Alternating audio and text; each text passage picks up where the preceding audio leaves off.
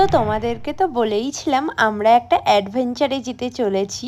আমরা ঠিক বেরিয়েই গিয়েছি আমাদের অ্যাডভেঞ্চারের জন্যে। তো প্রথমে তো আমাদের মাঝদিয়া স্টেশন থেকে চলে এসেছিলাম নৈহাটি স্টেশনে, আর নৈহাটি স্টেশন থেকে তো আমরা বোলপুর শান্তিনিকেতনে চলে এসেছিলাম।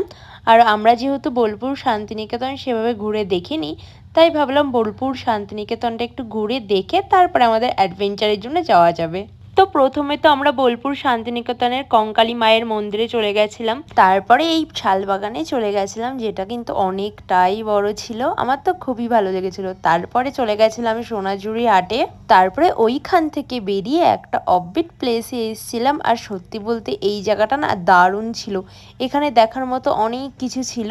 সব থেকে বেশি ভালো লেগেছিল এরকম একটা ছোট ছোট ঘরের মধ্যে আমাদের ভারতবর্ষের প্রত্যেকটা রাজ্যের ঐতিহ্যকে এইভাবে তুলে ধরাকে আমার খুবই পছন্দ হয়েছিল। তারপরে তো বিকালের দিকে স্টেশনে চলে এসেছিলাম, আর স্টেশনে এসেই তো প্রচণ্ড ঝড় শুরু হয়েছিল। আর এই বোলপুর স্টেশনটাকে ছেড়ে দিয়ে আমরা চললাম আমাদের গন্তব্যস্থলের জন্য।